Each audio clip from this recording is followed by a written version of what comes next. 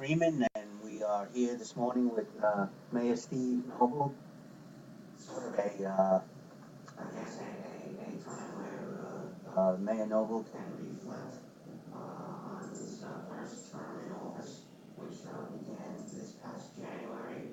So we want to welcome him to the office that this live stream. Thanks, Paul. Appreciate it very much. I'm excited about it. Okay, so I just want to start. I guess in general terms, reflecting on your first term in office, um, when you first came into the office, I guess that would have been January 2nd or sometime thereabouts, right? What did you think about then? And as this first year, sort of confirmed what you thought this job would do. Yeah, I felt really confident going in that I had a sense of what the job of mayor was all about, just based on being a city employee and working over the last couple of years, and seeing how city government worked and where I thought we could make some changes. And so coming into office, I was very excited to be able to get started and to be able to lay out our agenda. And I think that we really did kick that off on our first State of the City address, which really I think helped provide a real platform for just setting forth what we wanted to do. Everything from some of the key areas of housing and transportation and communication and the work of staff development. We kind of set that all out, and then February 3rd, which I think was the first day, we were able to get to work. When you sat behind the desk, I mean, now you're elected to the top position in the city that you grew up in, right? I mean, Yep. You're a Kingston native, and you've been here for a while. Of course, you worked for the city for 10 years or so as the environmental educator. But when you sat behind that desk in the office, the top office of the city that you grew up in, what did you think of? I thought it was extremely humbling, to be able to have the opportunity to have over 300 employees put their faith in me to be a good leader, to be a good role model, to be able to sit behind that desk and make some pretty tough decisions and have some crucial conversations, because we knew that as a community, the status quo isn't working, and that we really needed to be able to double down our efforts to bring the community on board with what city government does on a daily basis. And we knew that would be a lot of work. But I think that the first word was definitely, in mind, was definitely humbling, because so many great people have sat at that desk over the years, and they get on it. They work really hard. In this job, it's meant a lot of you because you're on all the time. But I also said to myself, looking down at the picture of my son and wife, that I wasn't going to give everything to this job, and I needed to be able to still have my family be a part of that, and that also was really important. So I think I've done a really good job of balancing both work and family life. I think that in order to excel at anything, you need that, and that's what I felt. Yeah, you have a pretty decent job going environmental educator, and had you not run for mayor, I'm guessing that you probably would still be in that position, and that was pretty comfortable, right? I mean, a good job and everything, and no controversies. You were instrumental in getting some grants while you were doing that, and yet you decided to take on this more pressurized job. Why is that? I think that when throughout my career, and I really have always loved public service, but I really felt like a strong urge to be able to help serve my community more. And so when I was sitting, doing all of the work that I did, I recognized that the kind of skill set that I had, the kind of problem solving skill set that I had through my career previously, I could bring that into city government and be able to, I think, set the right tone and be able to create the right atmosphere for all of our 300 employees to excel. And that worked for me, and it was definitely a change. I think that the community was surprised that I kind of threw my hat into the ring because I wasn't elected to public office before. I didn't have the kind of standard bio that someone that runs for office has, but I think that we were able to demonstrate that that's okay. And I think that I hope that when folks look at what we have gotten accomplished over the last year, they'll realize that I think that the community made a good decision. And you talked a lot about that changing the tone, during the campaign. And you just mentioned it again. The tone and now I've spoken to past mayors, so the tone was bogus at times. It seems to me the tone around City Hall and around your administration is a bit more mellow. I mean, would you say that? Yeah, I mean, when folks look at me and look at our administration, and I think look at the tone, and it's a kind of a fun saying, but when I think people look at us, they think cool, calm, and collected. Yeah. And I'm really proud of that kind of sentiment that we've tried. And so one of the ways to get there is that we have instituted a policy basically where every other week I meet with every senior staff member and have weekly staff meetings. Because just like any business organization, you need to be able to stay up with your staff. You need to know what's going on. And then you also need to kind of instill your values. And for me, it's kind of instilling that cool, calm, and collected kind of atmosphere because we really want to be able to have, our staff be able to get work done, but they don't need to get work done in a way that is causing, public panic, giving the Freeman a lot to write about. Like we can get work done without having to do that. Some people would say though, is that lacking in your administration? Do you think, or I mean, I know you're saying cool, calm, and collected, but sometimes when people get in your face, it shows a passion for the city. Yeah, and that's what the other mayors have told me. Yeah, and I think for me, what we've shown is that we've been willing to have those, tough conversations, and I think that we've had them in a way that is respectful, polite even, but also backed up by a lot of facts. And so we've touched on some pretty controversial topics. We had to deal with the sales tax negotiation, it's called the sales tax crisis. Yeah. We had to end some litigation that we had related to the fire department and other areas. We have had to deal with some not so easy conversations around parking. We're having one of those not easy conversations right now that we'll talk about in a little while that we're going to be discussing tonight at our Laws and Rules Committee around immigration. We have not, I think, shied away. Shooting range, another not so easy topic. Santa. Yeah, and so there's a list, and I think what we have shown is that we're able to get involved in some of those what some could consider sticky situations, but because we're coming at it from a relatively calm and level head, I think we've been able to get through them without what people look at, whether it's in federal or state government, the name calling, the bickering, the fighting back and forth amongst council members or between the mayor's office and council members. We've been able to avoid all of that, I think, just by trying to be well educated and picking up the phone and talking to folks instead of kind of getting to that and place. most of the council though is supporters of yours anyway.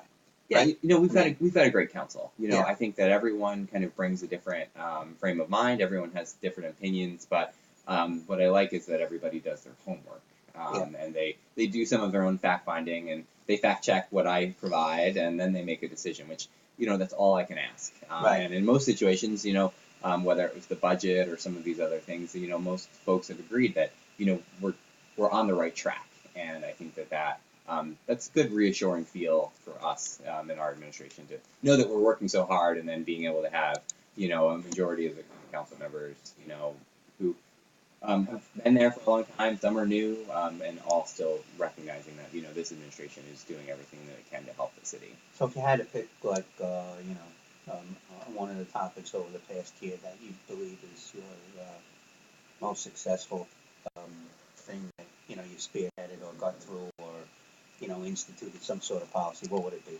Yeah, I think that one of our most important decisions, and again, it's a decision that started many years before me, and it all the way back in the 60s. But back in March, when I was able to sign the comprehensive plan into law, it's something that I think really has set the stage to be able to move this city forward. And we don't talk about it a lot, in the city anymore once the plan was adopted, but, we use it as a guiding principle every day.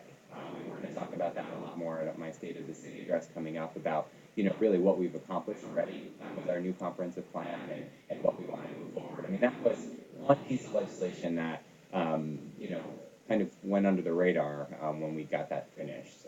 But another piece that I think is really important is that I'm really proud of our first budget.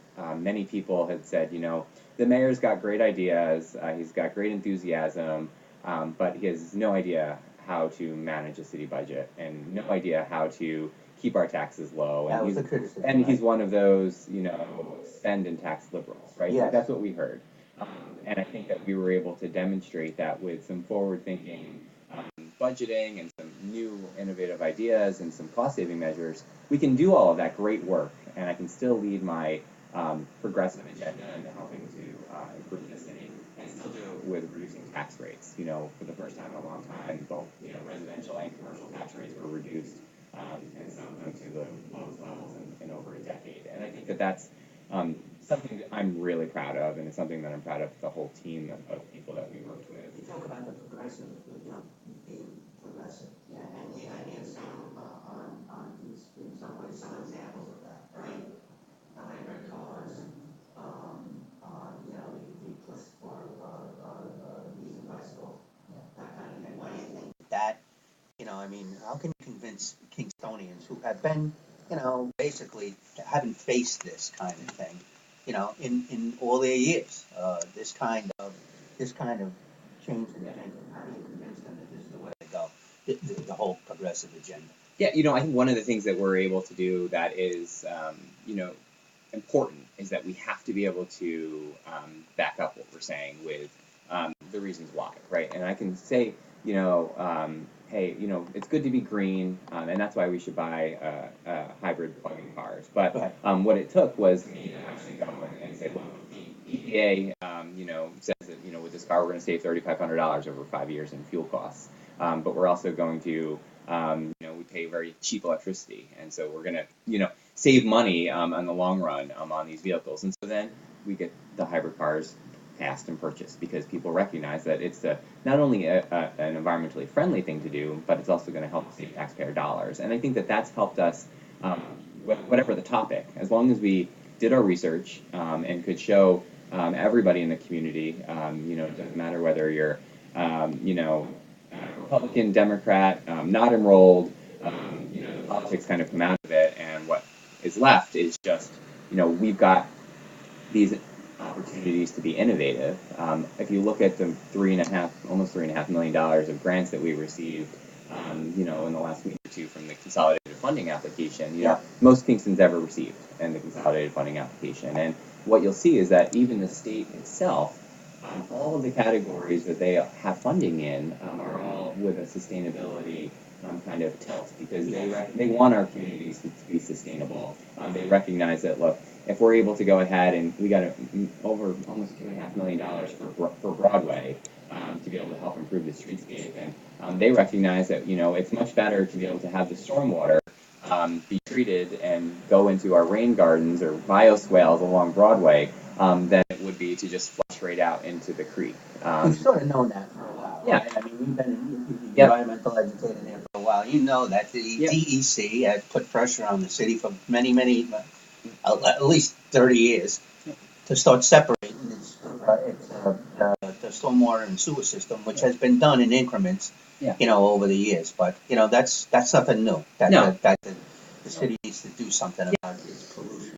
Yeah, and that's one of the things where it's important for us to also recognize that, with all of that work does come some inconveniences. And I will say, and being that we've got lots of folks hopefully out there watching, is that, we also have been undertaking a lot of construction projects. And I think that, construction projects are never easy in the city. And I know that the Grand Street reconstruction, it was one of those areas where we separated sewer from, the stormwater, which is a really good thing for the environment. It's good meets our DEC regulations, but at the same time, it really inconvenienced a lot of people for a long time. Do you And- hear from people when that happens? Yeah, they do, and Yeah. you know, it's hard.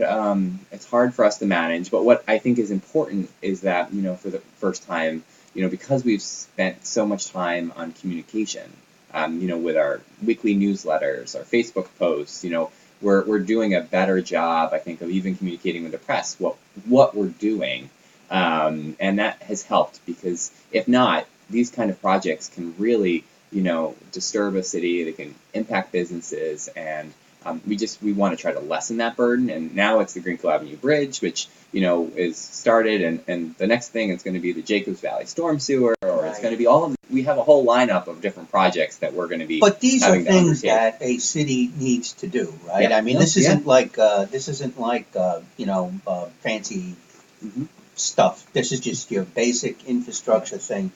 Jacobs Valley thing has been going on for God knows how long. 50 You know, the years. Greenfield Yeah. Avenue Bridge was declared a hazard, the worst bridge in Ulster County, I think, like 10 years ago. Yeah. And your sewer system collapses. I Yeah. mean, and you know, so it's stuff that hasn't gotten done over the years. And so that's our goal, right? And so Yeah. we're just trying to, you know, we put together a lot of really great plans, and sometimes we just have to, you know, put those plans in motion and just make sure that we're there to help be supportive of the process. And that's the thing that, you know, we're proud that we're able to do that, but it's part of doing business. And, you know, as a city, Yeah. and we try to just make sure that we're spending the taxpayer dollars as wisely as we can. That's lot why of we this that's why we write so many grants, right? Well, yeah. And A so lot of because this we, comes from grants, right? Yeah. The Greenfield Avenue Bridge is all up. I mean, yeah, like 90%. 95%. Yeah. Okay, so that's all good stuff. Yeah. What's been some of the bumpy things? You know, I think one of the things that, you know, we all struggle with in the city is that, you know, when we're trying to, you know, have dialogue, is that so many people mistrust government right from the get-go. And so sometimes it takes a lot of work, and it takes a lot of time for folks to recognize and kind of come back on board. And so, you know, I think we've seen during lots of different meetings and projects and you know, activities and things that we've been trying to work on, there is still that you know, government doesn't work for me. You know, there's that whole level of mistrust, and that I personally want to change. Like, I personally want to be able to have everybody recognize is that we actually are there to work for them. We may make decisions that you may not like, but what we are here to do is to listen, weigh all of that, and then make a decision, and then move forward onto the next project. You know, we it's important for us, I think, to get that message out, and that takes time. And I think that I've struggled with that because, you know, I personally want everyone to just say, like, look, I know that I don't agree with government, but government is good. And because of everything that happens on the state and the federal level, people just don't believe that government is good anymore. But I think that local government can be good, and I think that, you know, with all of our work on the ethics law that we have now, the new version, I think is going to really help make sure that, you know, we don't have things that happen like in the state and assembly or the state senate or, you know, at other levels of government. So we just have to be able to make sure that we're raising our Never has local been bar. in Kingston as long as I've been here. No. Been really a problem. I mean, No. serious corruption. Yeah, you know, thankfully. there's been a couple of things along the way, but nothing systemic. Yeah. So, and when you talk about that, when you talk about people's mistrust, usually that's kind of a thing involving some kind of controversial issue. Yeah. And you've had those. Yeah. The shooting range. The shooting you range mentioned, was the definitely Irish one. Cultural Center, and then the Arms House thing. Yeah. Those are the three that are circulating now, projects that appear. Do you think that's the case, that you have people mistrusting government when it comes to these controversial issues? Yeah, I do. I mean, I think that a lot of times, and it hasn't done too in the past, is that, you know, especially for planning projects and other large-scale development projects, there is just there is that mistrust that, you know, in the past people would maybe only be able to build something if they knew somebody. or they kind of got special permission to kind of speed up the process because that mayor wanted that project done, and so they kind of got the green light. That's what they think. And I think what's really important, at least for my 11 and a half months here, is that I'm a process guy, and I really want our planning boards, our zoning boards, our different commissions to be able to go by the letter of the law, to be able to make their own decisions. And what I don't do is I don't call board members and say, I want you to vote this way. I don't call my planning director and say, I need you to get the planning board to get this through. Right. And as you have seen, and as you continue to call me and say, can you weigh in on the ICC? And what I have said I was going to ask about that. And is the reason what is the reason that there are people out there in your constituents, right? And people in the city who come to public hearings and offer up their opinions about these projects over and over again, both the arms thing, the Irish Cultural Center, and the shooting range, right? Yeah. The shooting range eventually you took a position on. Yeah. But the other two you have not. And why is that? Well, I think that when people come out and offer up their opinions. Especially when things are in front of planning boards and in front of zoning boards, it's really important for me to not, I believe, weigh in individually on a project that hasn't gotten approval already by a board, because I feel as though it could have undue influence one way or the other on that board, and they may decide to only vote for something because I want it or don't want it, and I want them to do it more based on the facts and what the residents' concerns are.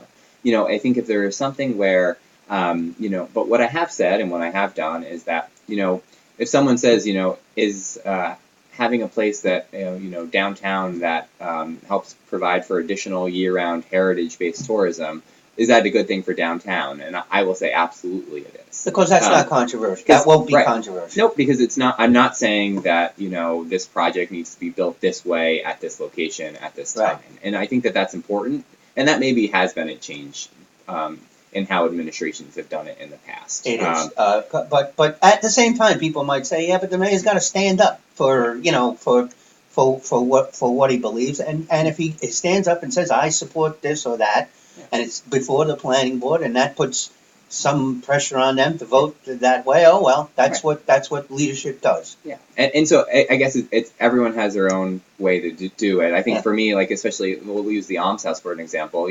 I personally believe, and have said it time and time again, that we need good quality supportive housing for those that are homeless, almost homeless, have the potential to be homeless. Like the fact that we've got families living in motels that are being paid by taxpayer dollars is just wrong. And I think that if we need more supportive housing in this community. And but again, with the Alms House, that's all I'm doing. And so I'm getting facts together. I'm getting research done. I'm going to provide information to the Common Council. If the project gets to them after the site plan review process and they need to make a zoning change, I just want them to know all of the facts and figures and they can make a decision. But I don't think it's personally, while these things are being reviewed by the planning board, for me to say that project should be built there and this is how I want it built.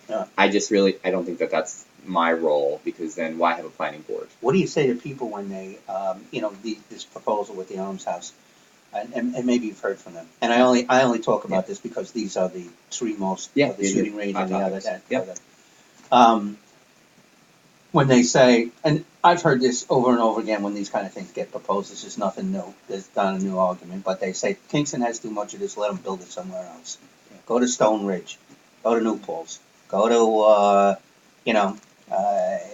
somewhere Warson. Why does Kingston always have to be the site of this kind of housing? Why can't other communities chip in? I think that one of the things that we struggle with, and if you do some research, Kingston is a population of 24,000 people. We have the highest density in Ulster County of low income folks. If you look at the Alice report that was just released, it talks about how 60% of our families are working poor, and I think that what it shows is that folks live in a city because we have the services here, and that's why people love living in cities in general. And so we need to be able to make sure that we have opportunities for everybody. And the fact that we have people that live on the street still or live in boarding houses that aren't managed or well maintained as much as they could be in a more formalized supportive housing structure, I think is really important. And the fact that Family of Woodstock has stepped up and built the shelters that they have over the years, and the fact that the county executive has stepped up to work to be able to build a shelter for veterans, but the need is still there in our community, and I think that I agree, though. We also need more middle income and higher income housing, and I think it's coming, and we're very excited about the prospects of that happening in various different areas of Kingston, and there are certain things that we can talk about, and one of those is the parking garage site. And so we did a request for proposals. We received two applicants who want to build not only a parking garage, but also additional amenities on the site. And so we're in the process of reviewing those now, and we expect to be able to announce which developer we would like to work with over the next year and a half or so to be able to bring a project to fruition. And so, I think that there is an opportunity in our community of our size to be able to not only just continue to support the folks that need it the most, but also still be able to have the good quality housing that maybe some in this community are looking for. And market rate housing, Yeah. we call it. Yeah. But that's been tried. You've been here long enough to know that mayors before have had much in the way of opportunity to bring that kind of housing into Kingston. In particular, the AVR and the Sailors Cove sites had that turned out the way that it was proposed. You'd have like what some would have described, even seeing a cousin after it got maneuvered into something that they liked. A beautiful place on the Hudson, and it didn't happen.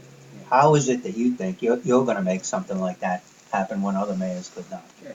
Well, I think it's twofold. I do think that the economy is changing. I think that if you look at what's happening in uptown, downtown, midtown, you're actually seeing a real resurgence.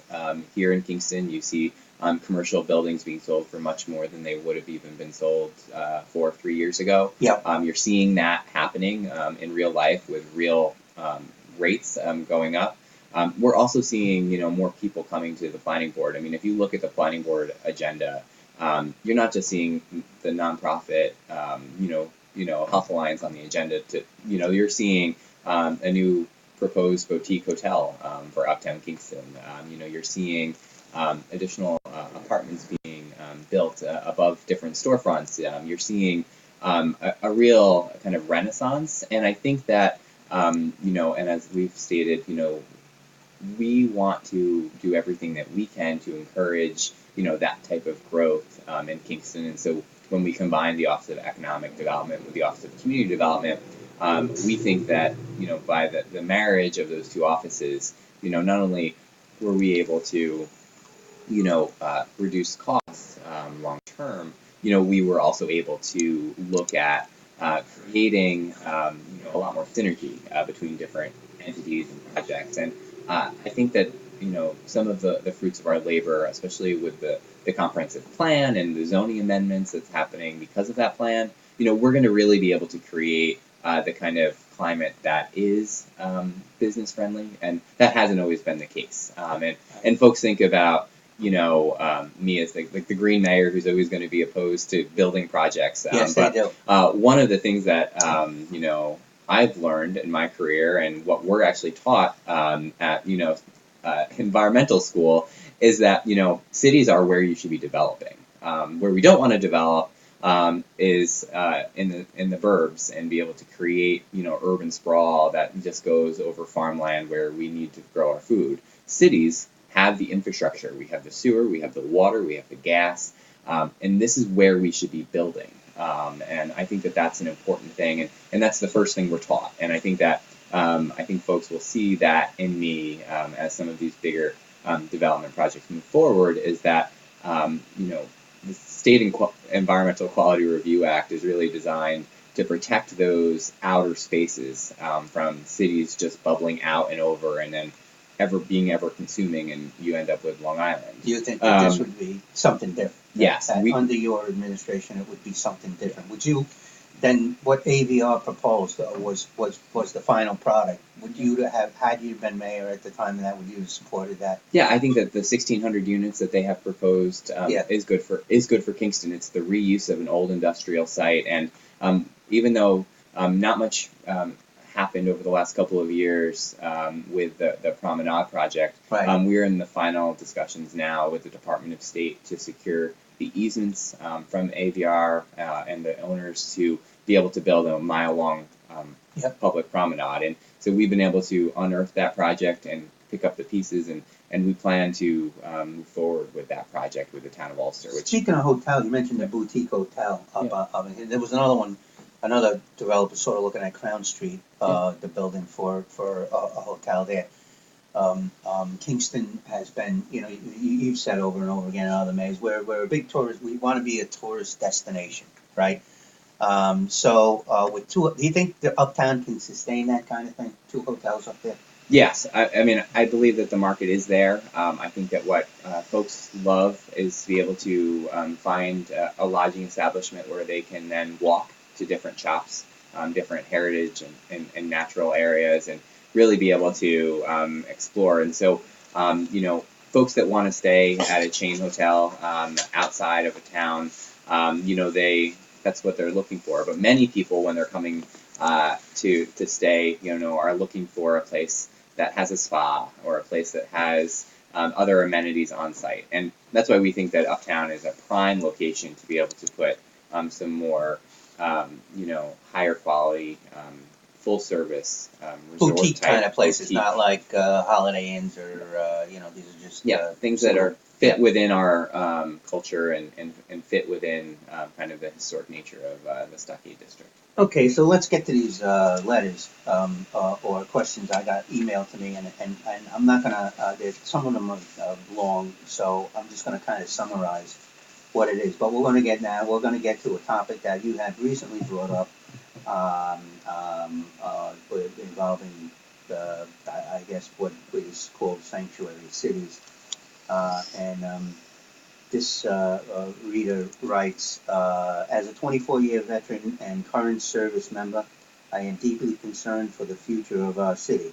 You are proposing to ignore and defy the U.S. Constitution, federal law, all of which I, along with many others, have put their lives in harm's way to defend and uphold. And decide that Kingston, and you want to decide that Kingston is a sanctuary city. This potentially could harm our citizens and residents, not only financially, but our safety as well. As the principal leader of our great city of Kingston, how do you propose to protect those of us who have abided by the law on our entire life and stand to be penalized for your decision not to? We are citizens here too. So you've heard a lot of that, I'm sure, since you proposed this memorializing or spoke about the memorializing resolution, and now there is officially one. What does it mean? Sure, and I think that that's the biggest issue, and I think that this reader too. Many people, if you Google sanctuary cities, you find all kinds of information, and some of it's not true, some of it's not accurate about what it means, and every city is different. And so what when I was first contacted by 21 members of our Kingston-based clergy, they really expressed to me a concern that many people in the immigrant communities felt after the most recent election, and all of the things that are being posted and said, and just the heightened relations among different groups in our communities. They felt like something needed to be said, and that people needed to be we wanted to have a community discussion around this topic. And so I said, I agree. And what I wrote was a letter to the council asking for some opportunity this evening to discuss this. I then went and did some research, worked with a variety of different groups that have done this in various areas, talked to my police chief about what some of this means. And so in the end, I came down with a resolution that, reaffirms Kingston's commitment to being an inclusive city. And what that means is, and what I think that many don't know or don't understand or haven't taken the time to actually even read my proposed resolution, is that our city has always been a city of immigrants. All of us have come from different places. My grandparents, had their parents come with them over on a boat from Ireland, and everyone from Italian and African, and folks have come from all over. And one of the things that many feel is that, our city should represent each and every one. And we do, and we always have. And I think that is a really important statement to get out to the public, is that at no time does our police department go to a victim of a crime and ask, are you a citizen? If not, I'm not going to help you. We go to a scene of a crime and say, what is your name and what's wrong and how can I help you? And that's what we do. That's what we've always done, and that's what I want us to continue to do. And so that's the type of language that we've put into our resolution. And, this memorializing resolution, I believe, just states very firmly that our city, and me as the mayor, is welcoming to individuals to live here and to work here and to come and recreate here, and that our number one job is to then protect anyone that's here. And so the police department will protect everyone that's here. Our fire department will come and help you if you need them. The Department of Public Works is going to plow everyone's street. So don't be scared to call them. Yeah. I mean, if and you so are illegal in some way, we're not asking you, don't be afraid to call. Yeah. So this has been, I believe that this has been the police department's policy for a very long time. I remember having conversations with Chief Keller way back when, who would call me every few months to say he wanted to get out there that, if you are a victim of crime and you are in this country illegally, don't worry about it. We're not asking you about it. We're going to deal with the crime. And we'd have, we'd do something saying police chief as urging, because he believed that there were victims of crime that were not coming forward because they thought they were going to get deported. Yeah, and that's still the case now. And that's what's scary for us, is that we know that. How does this make a difference, though, between this memorializing resolution and, say, policy that the police department and the fire department has already had for years? Yeah, and so what this does is, it publicly makes a statement saying that, the city of Kingston, will serve all of its residents. And I think that because of all of what has been in the news or on the fake news and what people read or think that they know about sanctuary cities, I think people have this impression that it is something that is going to invite criminals to come and live in our communities and hurt us. And it's so far from the truth. What this states and what we want to be able to have the police commission put into kind of policy and procedure, because they're the ones that actually make the rules about how police govern. We want to be able to put, it somewhat down in policy that, what our current practice is.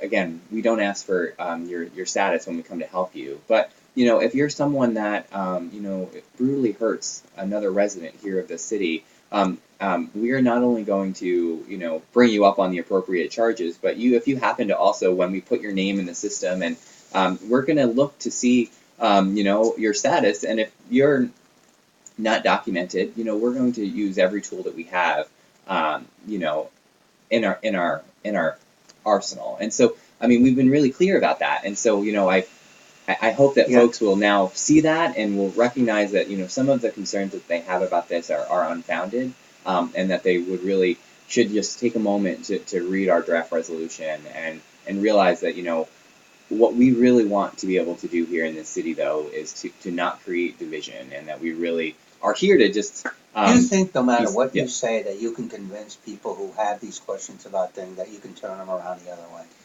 What I want them to do, though, is to just at least... They may not agree with me. They may not agree with, but if they actually read what we're doing, and this kind of gets back to the good government. Like, if they trust me and they trust, that I'm not here to hurt anybody, and that, us locally in the Common You Council. just talked about that over and over again. Right. You want trust. You want to bring trust into government. Yeah, and the only way that we can put that trust out there is to do things very openly, and that's why we put out the resolution. I mean, and that's why we sent the letter, and that's why we shared the letter from the clergy with the entire world. Is that we want to just be very open about this, so that folks don't feel like we're doing something behind the scenes to just help one group or one individual, or to kind of put something over on people. If the national election went the other way, and say Hillary Clinton was elected, and that continued sort of Obama policy kind of thing, would you be doing this now, do you think? Well, that's an interesting question. I think that, if members of the clergy and people started writing as many letters as they were, then of course. I think that. But you think they would be writing it if the election went a different way? Do you think that these letters would be written? I mean, you even said they were expressing concern about, the rhetoric from this current president-elect. I think so, because of the rhetoric, because of so much of what was said publicly, because it was such a divisive election. I still think that people would be concerned about the future of immigration in this country. Okay, so let's do parking, because we haven't talked about that yet. And I guess here's a quick question. I'll try to make it quick anyway. Regarding the new proposed parking meters and fees, I would like to ask that we first survey all city taxpayers and ask them if they would pay, say, $10 more in taxes each year to avoid the parking meters, or continue with the mayor's proposal. To pay extra in tax may cause some disgruntlement a few times a year, but on a day-to-day basis, people wouldn't be anxious every time you go for a cup of coffee and sandwich with a friend to shop or to handle an appointment creates a constant problem with Uptown Kingston. We want Kingston to have a friendly, thriving atmosphere, and the proposed meters will create just the opposite. Please reconsider. So, sure. I think Kingston over the years has used one approach of if we need something, we just tax people for it, and then depending on how big of a house you have or how the assessed value, you then pay more or less depending for that increase. I don't think that's a good philosophy, and so I disagree just with that philosophy in general. I think that users of our system, especially special systems like parking, where not everyone has a car, and not everyone uses parking lots or on-street parking on a daily basis. I think the increased costs and the maintenance of those systems should be paid by the users, and so I feel like it wouldn't be fair to tax every Kingston resident. In this case, and the suggestion was like an extra $10, because then only Kingston residents would have to pay that, and the other 50% of the people that come into our business districts and work here from outside, but live outside our bounds, then don't have to pay anything. And I think that in the end hurts the city, and I think it hurts the taxpayers and as a whole. But what I do think is important also is to recognize that what most people don't like is the parking tickets. People hate getting the tickets. I don't think that they hate putting money in the meters. And so what we're trying to do is just make that more convenient for people, because oftentimes people will, try to park in front of a place, realize that they don't need change, say to themselves, well, I'm only going to be in there 10 minutes. They hop out of the car, they run in, they realize that there's a longer line than they expected, so they were actually in there 15 minutes, and when they come back outside, they have an orange envelope on their car, which, is really, that really does anger people. There's no question about that. But at the same time, if we can make the parking more convenient, if we can provide an opportunity to pay via your credit card, if we can have lots that have easy-to-use kiosks, if we have permits that you can buy for the lots, so all you have to do is hang a placard in your car every day. You don't ever have to worry about finding change or using the kiosk again. We think that it builds a better parking system, and if I can sit here again in 3 years and say, look, our ticket fine revenue has been cut in 3/4, I would be so happy to be able to say that, because that is where we people get frustrated with, and I get that. And You've estimated the result, the income of this would be $175,000 or Yeah. something like that. You know, Yeah. it's a $40-something million budget. Yeah. I mean, 172,000 is pennies. And then again, another 100,000 of that, we're investing back into the lots themselves Yeah. for maintenance. So in the end, we're actually only making 75,000. Right. So what I also, tried to get across during the budget process is that I'm not changing our parking meters or our kiosks to fill a hole in my budget. We did other things to be able to help bring the tax levy to keep the tax levy the same. These were not the things that we looked at and said, oh, look. You just wanted to pay for the maintenance. We of just the, want of to be the, able of the lots. to change the system so that Yeah. long term, over the next 20 years, we Have you ever done an assessment of probably not, but is it your suspicion that many of the cars that are parking in Uptown are owned by people who don't live in Kingston? Yeah, and we believe that some of that is the case. Yeah. I mean, especially in the free lots. Yep. And then there are cars that, in the free lots that, sometimes sit there for days, and we're not sure where they're from. And Right. so that's another thing that we do believe that we're going to probably free up some additional, opportunity, because there may be people that have additional opportunities to park their cars other places. I mean, the question is, what the argument would be then, right? Like, why should Kingston be taxed for cars that are going to park in these lots who aren't taxed at all? Correct. Right? Yes, and that's why we're trying to do this user-based system. Yeah. Okay.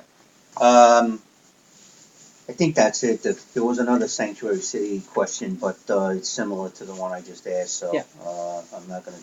And there's another one about. I'm not sure you can answer this off the top of your head, and I'll just go to the budget to see. But the question person wanted to ask was, how much does it cost to have to hire a communications director, technology manager? Which I didn't. Is that what is that? Director of IT.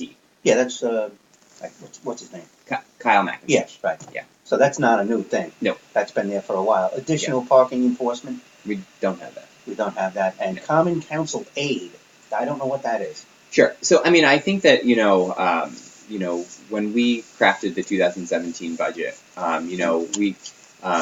we really worked hard to have a budget that we felt not only allowed, the city to run effectively each and every day. It obviously is also kind of a policy document. It sets my priorities, and it helps, and the common councils as well, to be able to help us figure out, where do we need additional resources and to get the job done. And in my case, and while we didn't add a new communications director in the 2017 budget, we actually did that earlier this year. And, Yeah, I know. Right. We felt like it was important enough to be able to have communications be a central theme, and I think that it's truly paid off in terms of how much more communication we've been able to have with residents about city issues and topics. But I also think that with the Common Council, we were able to, with as part of this budget, to be able to hire a part-time clerk to be able to assist, the Common Council and their day-to-day activities. Everything from Who is that? I didn't even know. we haven't. It's just we created a new position. Yeah, okay. We haven't hired anyone. Oh, you haven't hired anyone? Yeah, they had like a page. Yeah. Yeah. So this person would This would help be different. set agendas on different committee issues and documents, and to be able to, relay that information between kind of the legislative branch and the executive branch Okay. and the clerk's office. So the position's in the budget, the part-time Yeah. thing, what is it, like Yeah. 10,000 a year? and to 15. 15? Yeah. So, I mean, I think one of the things that's just important to state is that, and you didn't use the word mandated versus non-mandated, but really in a budget, nothing's mandated.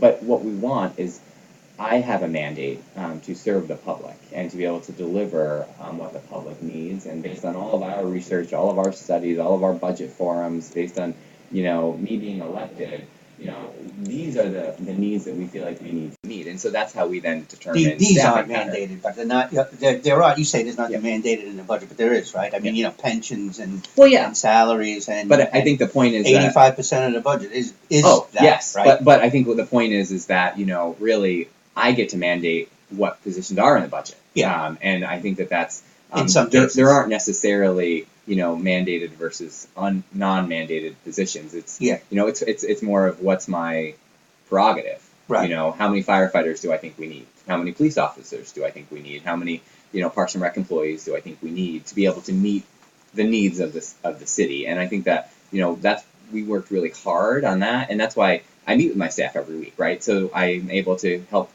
gauge those needs. It's really different now because not only am I not just their boss, I'm there every day for them, Right. and we spend a lot of time making sure that just at the end of this year, and you guys had mentioned this, but I had everyone do an annual report so that I be able to provide to the public and to the council, this is what we got to accomplish this year. These are all of their successes. These are the challenges, and what are their goals for 2017. And I think that that's a really important thing for us to work on. Just going back to and we'll be done after this one, and then we'll let you sum up. But just going back to the progressive idea, and we forgot about this one, but that the whole single stream, the garbage thing was all your, I mean, not all your idea, but it was mostly your idea from the very beginning, right? Yeah. I mean, and how do you think that's going? Yeah, I think it's been great. We have continually been able to cut our costs, and we're getting more people to recycle.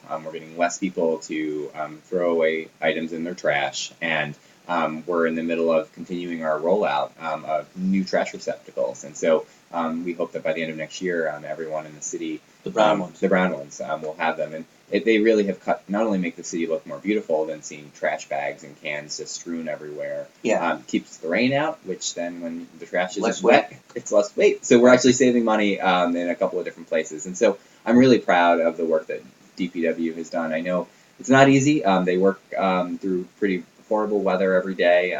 They don't get paid enough, and it's something that I think the general public forgets that we kind of have this backbone of our city that are there each and every day, and then they come in on weekends to help when it snows on Saturdays, and it's not easy, but they I think work extremely hard. You said before. I mean, I remember talking to you about this before that you started with the single stream thing. That the city's record of recycling was pretty poor. It was. And what do you think now? Yeah, I think it's great. We're headed in the right direction. We had recycling You wouldn't rates. describe it as poor anymore. Not poor anymore. No. Okay. Yep, we're nearing almost 20% in terms of. What were we at when we were poor? 10.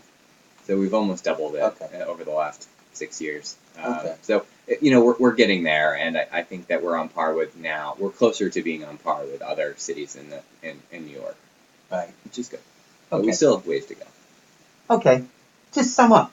Sure. In general terms, what it's been like your first year in office. Yeah, I'm really proud of the work that folks have done in my administration. I'm really happy to be able to see that the community has responded really well to what we've been doing, and I'm also really excited about what the future holds for Kingston. I think that we're all here at a really great time, and we, as long as we continue to foster the supportive environments that we've started to create, we're going to have some great successes. And I think this year, went extremely fast, but we worked really hard, and I was really, humbled to be able to just look back at all of the different projects we worked on, all of the different, policies and procedures that we've changed, and how much we've changed the culture of city government. And I really do hope that,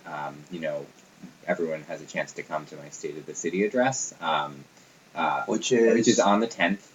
The 10th of January. Yep, which is the same night as the Common Council meeting, and I Okay. think at 7 p.m. I'm going to deliver my address. So You're going to run again in 3 years from now? I'm really focused right now on getting. I know it's early, but just figured I'd day throw by it in. day. Yeah.